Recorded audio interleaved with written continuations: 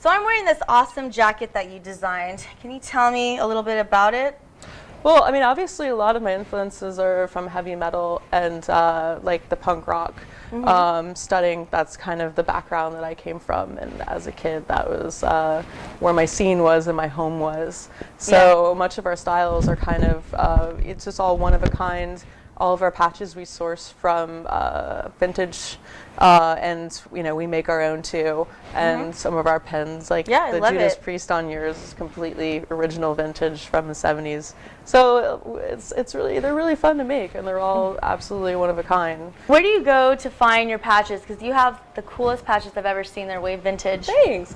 Yeah, everywhere, from swap meets to road trips to going on tour with bands to anywhere. I will pick up a patch and random patches wherever I can go and find them. Oh, so sometimes I have vendors that sell from across the from the other coast, and so a little bit of everything for a little bit of everywhere.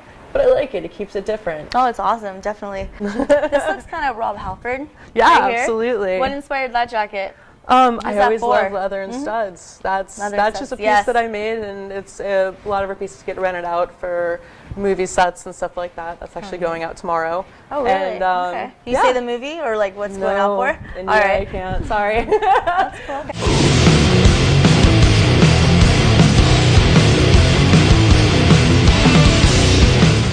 Your graphic design, you've worked with Avenged Sevenfold. So how would one get in? How did you get into doing merchandise, and how would someone get into that? I got in from working in the fashion industry, so I used to design T-shirts, and that was one of my first jobs here in Los Angeles. So it was streetwear, and things that you'd find in anywhere from Macy's to just regular clothing stores.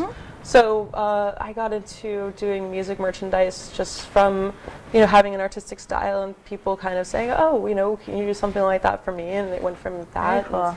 So I, work with a bunch of merchandising companies. Tell me some of the, one of your favorite designs you did for an artist, and who were they? Oh, man. That's a hard question. I feel like,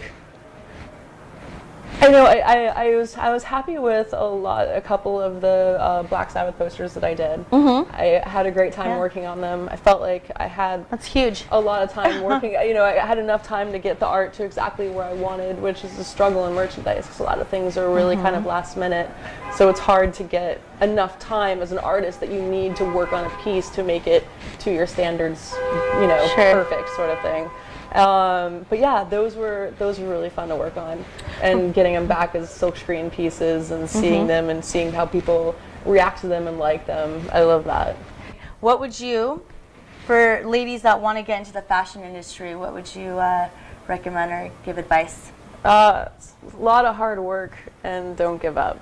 I think that's the best advice, and it seems like with fashion, and I've heard this from a lot of other designers, it's just trying and trying and trying again. So even if it doesn't first time around stick, it'll stick later, and people will come around to your personal style and everything. Yes. So just keep at it, and it's keep doing what you love. I enjoy what I do, and I think with any kind of creative process, there's times where you're going, okay, this is great, and there's times where you're going, I'm not sure if I should be doing this. But I think that it just comes with humanity. So I think the best thing to do is just kind of do what you love.